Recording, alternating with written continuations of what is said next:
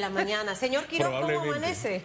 Muy bien. Aquí está otro de nuestros analistas. Ah, usted decía que el azul era, bueno, es que Hugo se puso, no había checado que su corbata era azul. Nosotros ¿Y usted? no. Código, es el código. Nosotros no nos ponemos de acuerdo, es parte de la vida. Mire, estamos poniendo en perspectiva discursos, estamos poniendo en perspectiva absolutamente todo lo que ocurrió ayer, pero quiero arrancar por la parte en la que terminamos con el anterior analista, el señor José Lazo, Asamblea Nacional. Ya sé que usted hace 3 años renunció al Partido Panameñista, pero obviamente estuvo militando en este colectivo por muchísimo tiempo. Y otro de los aspectos que me llamó poderosamente en la Asamblea el día de ayer era que primero que se exageraron en hablar. Esto obviamente extendió todo ese momento de la asamblea. Los micrófonos no funcionaban, debían arrancar a las 7, arrancaron a las 8:23 de la mañana. Pero pareciera que cada diputado quería su momento histórico, porque todo se transforma hoy en un meme o en un video viral, ¿no? Entonces pareciera que vamos a tener este tipo de competencias en el hemiciclo legislativo. Luego lo segundo es que si Quiroz dijo esto, ahora yo tengo que salirme con otra mejor. Pero entonces había unos discursos que no coincidían con la manera de votar. Y quisiera tratar de entender esto. Y bienvenido, señor Quiroz. Claro, buenos días. Bienvenido, buen día. Muchas gracias. La verdad es que de ayer hay muchas cosas rescatables. Lo que plantea es interesante y para ir directo a ese punto, la votación, el reglamento interno de la Asamblea establece que debe ser una votación nominal. La votación nominal es que el diputado tiene que decir de su propia boca por quién vota. No está previsto que explique su voto. Eso tiene otra sección en el reglamento que se llama explicación de voto. Una vez terminada la votación, puede levantar la mano y pedir quiero explicar mi voto. Y entonces se explica el voto. Entonces, yo pienso que ayer en gran medida se estaba violando el reglamento durante todos esos discursos larguísimos en el momento en que tenían simplemente que emitir su voto. Ahí juega un papel crucial el que dirige el debate. Claro. Porque él es el que llama al orden para que cada uno haga lo que tiene que hacer. Ahí ya empieza la importancia del presidente de la Asamblea. Así es. En este caso, bueno, era el primero en la lista porque como es la primera reunión, es la forma que establece el reglamento interno, ¿no? Que será el presidente quien sea primero en la lista y será secretario quien sea el último de la lista. Ahora, el valor de lo de ayer también hay que ponerlo en perspectiva, mucho más allá de eso, en la trascendencia del hito republicano que esto significa. O sea, como república, el inicio de una nueva administración de gobierno es importante. Es el momento en el que la Asamblea no convalida ni ratifica la decisión de la voluntad popular. No, el señor Mulino es presidente de la República por decisión de la voluntad popular. Sí.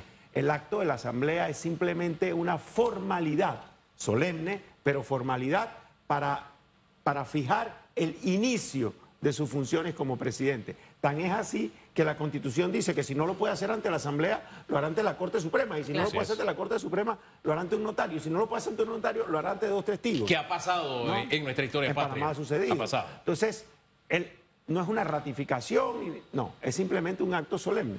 Claro, tiene una trascendencia republicana, que es lo que quiero plantear. El protagonismo de ayer. Yo a los lugares que me metí después de las 5, fui a 3 lugares antes de llegar a mi casa. Y muchos me hablaban justamente de esto. Tenemos figuras que muchas son generadores de contenido, creadores de contenidos digitales. Están acostumbrados a mediáticamente a llamar la atención, ¿ok? Son figuras que no son políticas. Muchos son profesionales, pero creadores de contenido. Correcto. Y tenemos a otros políticos probablemente que también tratarán de llamar la atención. Entonces, ¿cómo usted ve esta perspectiva? Uno, y lo segundo, el tema de decir una cosa y luego al momento de votar hago otra, diferente. Hay una realidad y es que toda esta nueva, digamos, forma de interactuar con sus votantes que le dan las redes sociales va a poner a los diputados en una situación en la que van a ser mucho más fiscalizados, mucho más transparentes. La supuesta asamblea de puertas abiertas, ayer ya algunos diputados del grupo Vamos lo decían categóricamente, no estamos de acuerdo con las vallas que están puestas en la 5 de mayo. Yo creo que ahí hay un cambio importante, porque si se habla de una asamblea de puertas abiertas, no puede estar rodeada de policía cual si estuviese secuestrada. Y lo otro es esa interacción constante a través de las redes sociales también va a permitir que los ciudadanos veamos de manera más digamos, más clara esa incongruencia de cuando usted se para y se tira un discurso y dice una cosa y luego a la hora de votar vota toda la contraria, porque usted es diputado de oposición, no es de gobierno. En una elección hay quienes van al gobierno y quienes van a la oposición. Usted es diputado de oposición, habla a favor de determinado candidato de la oposición y vota por el del gobierno. Entonces, ahí uno dice, oye, no, señor, este diputado que tiene 4, 5, 6 periodos de estar aquí ya se sabe cómo es la pirueta y por debajo de la mesa arregló su voto. No hay otra forma de entenderlo. Es que lo que me sorprendió es que eso vino principalmente de políticos que ya tienen experiencia. El caso de Poppy Varela, yo pensé, wow, va a votar por Valkyria, Sí, pero sí. porque el discurso decía eso. Pero votó, entonces uno se queda patidifuso, que esa palabra le Y ahí gusta se entiende que a mi hay compañera. otro tipo de negociaciones que Pero no es que son no, transparentes. mire, sabe una cosa, no se sabe qué era lo que estaba tratando de convencer. De hecho, vamos a escribirle, porque él decía, traté de convencer a la bancada, pero ¿era por Castañeda o era por Valkyria? Porque solamente 2 votos del panameñismo se fueron con Valkyria Chander.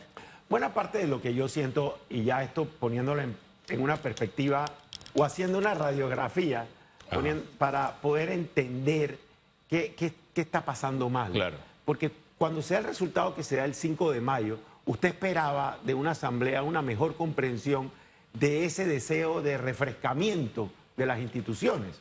Entonces, y cuando ve el resultado final dice, bueno, pues aquí lo que hubo fue un acuerdo entre los partidos tradicionales y entre los que quieren que las cosas sigan como han venido siendo hasta ahora. Entonces, allí yo siento que hay un gran reto por delante de entender plenamente el resultado del 5 de mayo. El resultado del 5 de mayo implicaba un cambio en la Asamblea y ayer no se dio. Yo tenía un amigo que siempre decía, sí, pero no. Porque al final los partidos, llámese tradicionales en este caso, son mayoría en la Asamblea. Y ese es un reflejo de la voluntad popular. Es cierto, hay 20 diputados de libre postulación y un partido de reciente data que también viene tiene raíces independientes, pero no son la mayoría en la Asamblea. A mí lo que me falta para entender lo que pasó es que los negociadores me hablen con claridad. Y le voy a explicar por qué. Porque ese es un rompecabezas que nos hacen falta las piezas. Yo consulté a Yanina Prado y al señor Herrera de su antiguo partido, el jefe de bancada. Les consulté. ¿Qué pasó? ¿Por qué no hubo consenso? ¿Qué proponían ustedes? ¿Qué le proponía la otra parte? Porque una negociación es eso, en buenos términos. Y los dos me respondieron lo mismo. Queríamos una directiva de consenso donde estuvieran representadas todas las partes. Bueno, evidentemente, como que para entender que los dos me hayan dicho lo mismo, no se hayan puesto de acuerdo, es que ahí me falta algo más. Usted quería algo que yo no le podía dar, o yo proponía algo que usted no me podía dar. No sé, de pronto me negué a negociar la cabeza, a negociar la secretaría o la subsecretaría. No sé, porque esto de las reformas al reglamento interno, fíjese el anuncio que hizo la presidenta. El que no va, vienen los cambios y el que no va a trabajar, no cobra. Entonces no fue eso lo que rompió la negociación. Nos falta saber qué es lo que realmente pasó. Porque buena parte de lo que sucede es casualmente que no se entiende este deseo de refrescamiento de la política, que la elección del 5 de mayo mandó un mensaje tan claro en esa dirección. Y a pesar de 2 meses de transición, o por lo menos de un mes en el que ya claramente estaba definida cuál iba a ser la conformación de la Asamblea Nacional, todas esas conversaciones se hicieron tras bastidores. Yo creo que ahí es donde deben empezar las cosas a hacerse de manera distinta. Y hoy se inicia un nuevo periodo legislativo con enormes retos por delante. No podemos esperar que las cosas cambien si se hacen de la misma manera. Si las negociaciones se van a estar dando debajo de la mesa, en cuartos oscuros, de espalda a la ciudadanía, de manera silenciosa, no vas a obtener un resultado distinto, vas a obtener el mismo resultado.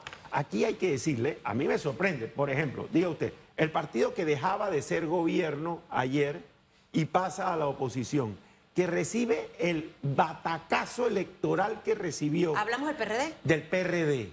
Al 5, habiendo ganado la elección presidencial y teniendo una mayoría amplia en la Asamblea, pasa a tener 5% de los votos presidenciales y una bancada minoritaria en la Asamblea. Ayer pasa de ser gobierno en la Asamblea a volver a estar en el gobierno. sin explicarle al país de la mínima manera qué significa eso de apoyar la gobernabilidad. Claro. Entonces usted dice, no, señor, no me eche cuento, no me saque una palabra bonita y enredada para engañarme, porque lo que realmente hay debajo es otra cosa. Esas son Ahora, cosas que es transparencia. Los Sí. diputados al final pueden votar como quieran, pero tienen que hacerlo de una manera en la que le expliquen a los ciudadanos por qué lo están haciendo. No lo van a hacer. No, Las cosas deben cambiar. no van a explicar esas negociaciones. Esas negociaciones no van a salir nunca. ¿Qué fue lo que negocié? ¿Por qué no me fui? Van a inventar muchas cosas que al final realmente va a quedar como en la mente del panameño una idea, en otro otra, pero al final la realidad no va a salir. Ahora, dentro de todo el tema asamblea, le quiero hacer otra pregunta puntual, ¿no? Bueno, dos. ¿Tiene Dana Castañeda la oportunidad de cambiar el rumbo de la asamblea? Yo soy una mujer que cree en las oportunidades de la vida.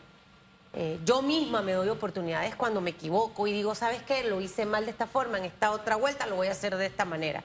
Y principalmente por el mensaje alto y claro que se envió el 5 de mayo. Entonces tiene Dana Castañeda con su junta directiva, que son figuras nuevas, que la están acompañando, ¿no? De cambiar las cosas. Su discurso tenía mucho de eso, invitó a Walkiria a ver cómo trabajan. Eso por un lado. Y lo segundo, también lo que ocurre con la bancada de Moca. Usted estaba apoyando, de hecho, al señor Ricardo Lombana en la recién campaña política, pero vimos a un Ernesto Cedeño y a una Grace Hernández votar de una manera distinta. Lo que me sorprendió poderosamente fue que a los minutos los ataques digitales ya estaban los memes, los artes, todo estaba listo, ¿no? ¿Cómo sigue operando esta manera mediática sucia en nuestras plataformas digitales? Y ahí entra el cuestionamiento si votaron bien o votaron mal. Si, aunque el señor Gabriel Silva haya dicho que no quería reelegirse, pero lo proponen para secretario general, si eso está correcto, cuando estaba también el señor Kivian, que venía de la pasada asamblea, pero no participó en las elecciones, sino en las internas de su partido, pero eso estaba mal. Entonces, ¿sabe? Yo siento que a veces la justicia tiene que ser justa para todos, nos guste o no nos guste, o esta figura tenga más aceptación que esta, pero la justicia es para que sea justa. Entonces, ese segundo aspecto también quisiera ponerlo en su análisis. Yo soy un convencido, y aquí te doy mi opinión personalísima, de que la bancada de la coalición Vamos y los diputados del partido Moca deben trabajar y votar de manera coaligada para tratar de construir esa nueva ola de cambio profundo que necesita el órgano legislativo. Ojalá sumando a diputados nuevos de los partidos políticos que entiendan que la ciudadanía allá afuera les está pidiendo un cambio. O sea, yo creo que deben trabajar coordinadamente y votar juntos. Aunque los proyectos no sean... Ahora bien, bueno, no, cuando tienen proyectos que van a transformar positivamente la Asamblea y el país. Ahora bien, sí, ayer escuché la explicación del diputado Cedeño sobre su posición, me hace sentido, pero creo que lo que estaba en juego era algo mucho más importante y para mí no había esa explicación plenamente, porque en el caso de Panay y de otros, llegan a esa posición porque pierden la elección. Pero fue la interna, la propia señora, no la general, en el caso de la Kivian. propia señora Dana Castañeda. Ella sí. Pierde la elección para diputado y entonces le dan como premio de consolación la Secretaría General. En el caso de Silva no se aplica eso, porque él simplemente decidió cumplir su palabra y no correr a diputado. O sea, que lo pueden agarrar y lo pueden proponer y al final... Y tenía una experiencia interesante si lo que se está buscando es hacer una transformación de fondo. Pero todo esto, volvemos a lo mismo, todo esto debe ser sobre la mesa para que la ciudadanía entienda plenamente cuáles son las razones y las explicaciones de los votos. Yo quiero profundizar en el tema de la oportunidad, puerta que abrió Susan en la pregunta anterior. ¿Por qué? Hombre, porque el propio presidente habló de que la Asamblea tiene que dar un giro porque la opinión pública está cansada precisamente de eso, de las negociaciones escondidas. Aquí hablamos mucho, ¿qué están negociando? ¿Qué están proponiendo? ¿Cuántos votos tienen? Porque así debe ser. Y nos decían, todo está sobre la mesa. O sea, con unas evasivas, y que para no poner en riesgo. No, diga, yo quiero la presidencia, estoy ofreciendo la vicepresidencia para tal partido, a tal partido le estoy ofreciendo la segunda, la secretaría a tal partido y la subsecretaría a tal partido. ¡Ey! Eso es hablar claramente al país. No hay que, no, que aquí esas cosas generan más dudas. La oportunidad que se abre. Ya ayer nos dio Dana Castañeda un avance con aquello de el que no va a trabajar no cobra, que es una vieja petición de la opinión pública. Quiero que se concentre más en eso. Buen punto, muy buen punto. Decía Susan, si Dana Castañeda como presidenta de la Asamblea tiene una oportunidad. Bueno, yo veo un símil entre Dana Castañeda y el presidente José Raúl Mulino. Ambos llegan casi que de manera sorpresiva a ocupar la posición que tienen. La señora Castañeda hace 5 días no estaba ni siquiera entre las que se mencionaba como que iba a poder ser presidenta de la Asamblea. Entonces tiene una oportunidad de oro.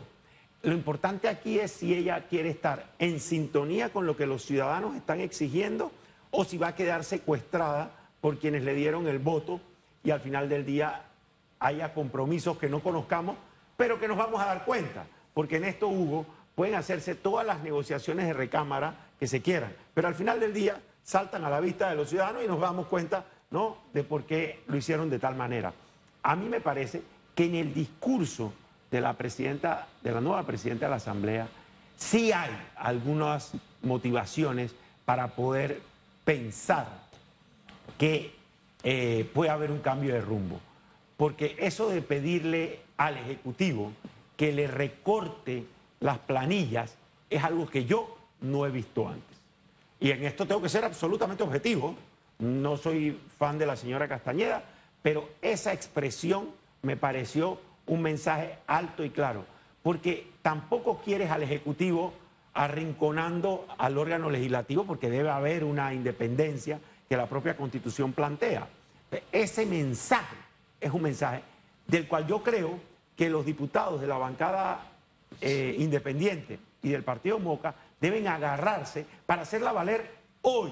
Yo vería hoy a los diputados de Vamos y de Moca llamando a la señora Castañeda y diciéndole dónde está el director administrativo de la Asamblea, dónde está el director del presupuesto de la Asamblea, vamos a sentarnos con ellos y vamos a materializar lo que usted dijo. El discurso de ayer. Total. Entonces ahí empiezan a hacer las cosas de manera distinta. La oportunidad es dorada, sin lugar a dudas. Oye, y en esa búsqueda de las piezas que se necesitan para entender un fenómeno político, yo le escribí a Neftalí Zamora, porque él ofreció disculpas porque la Asamblea no quería cambiar. Eso fue la parte central de su discurso.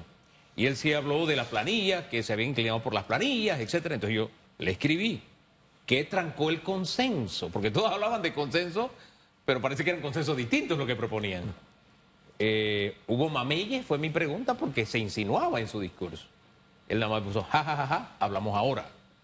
De verdad creo que el gran reto no solamente está en Dana, que como usted bien explicó, hay unos chispazos que nos dicen, sí, está la oportunidad, sino que creo que está en los diputados. Y aquí pongo los diputados de toda la bancada. A todos, por supuesto. Hablar con transparencia y poner las cartas sobre la mesa. Eso es lo que necesita el ciudadano para cerrar con ese tema.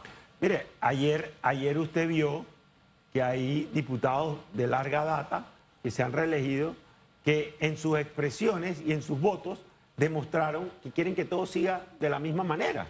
Y por otro lado vio diputados, como el caso de Neftalí Zamora, que en su acto de pedir disculpas por la institución que él en alguna medida empieza a representar, envió un mensaje potentísimo. Uno de los diputados más jóvenes de esa asamblea, ayer con ese acto de disculpa, envió un mensaje, en mi opinión, fuertísimo desde el punto de vista republicano, y repito, de la institucionalidad democrática. Entonces, si eso se empieza a dar desde la fiscalización, yo veo que los cambios se pueden producir. O sea, si hoy en día, y esto no solamente va para la Asamblea, si hoy en día quienes ejercen el servicio público no entienden que este país amaneció distinto, y no amaneció distinto porque hay una nueva conformación de la Asamblea o porque hoy sea presidente Mulino y no Cortizo, amaneció distinto porque el pueblo panameño lo determinó el 5 de mayo. La voluntad popular envió un mensaje alto y claro, que en alguna medida tanto la señora Castañeda como el presidente Mulino lo han interpretado en sus discursos. Ya lo tenemos en palabras, porque cuando Mulino habla de que sabemos cómo están las cosas y envía el mensaje alto de la lectura del 5 de mayo, rechazando que debe haber señalando que debe haber una nueva forma de comportamiento en la Asamblea Legislativa, haciendo el señalamiento altísimo y fuerte contra la corrupción, como lo hizo en su discurso, haciendo el señalamiento que le hace a su equipo de gobierno de la forma en la que debe actuar. Usted dice, aquí hay un fuerte contenido de palabras que va a hacer que las cosas sean distintas. Entonces, a partir de hoy, 2 de julio, las palabras están bien, lo que va a hacer que esas palabras tengan Los valor hechos. son los hechos. Decía el presidente ayer en una de sus frases que a sus 65 años, él dice lo que piensa, pero hace lo que dice. Esa me encantó. Es que le voy a robar un par de frases de esas, ¿no? Bueno. Porque me encantan. ¿Y qué ocurre? Que esto va muy de la mano de lo que usted acaba de mencionar, muy de la mano de lo que decía el señor Lazo, que tenemos un periodo para poder ver materializado todo lo que se habló en el día de ayer, todo lo que se habló durante la campaña. Entonces, esta parte fundamental del ser transparente, de decir las cosas como son, porque ¿para qué ocultar que todo está mal? Para ¿no? mí, Susan, él resumiría el discurso del presidente electo en 3 frases. La primera, toda la clase política está en jaque. Ese mensaje es muy fuerte. Y el que vaya a ser parte del gobierno lo tiene que entender. La segunda es recuperar la confianza en el servicio público. Lo que hay en este país es una falta de credibilidad, no creemos nada, no creemos en las instituciones, no creemos en los funcionarios públicos. Recuperar la confianza en el servicio público. Y la tercera, que él pretende ser el presidente de todos los panameños. Eso es algo que marcaría, en mi opinión, y por la coyuntura en la que José Raúl Mulino llega a la presidencia de la República, que todos conocemos y sabemos perfectamente, le da una plena oportunidad para poder convertirse en ese presidente de todos los panameños. Hombre, señor Quirós, Me don gustó Eduardo su Quirós, cierre. gracias, nos deja mucho para meditar, así como los discursos ayer.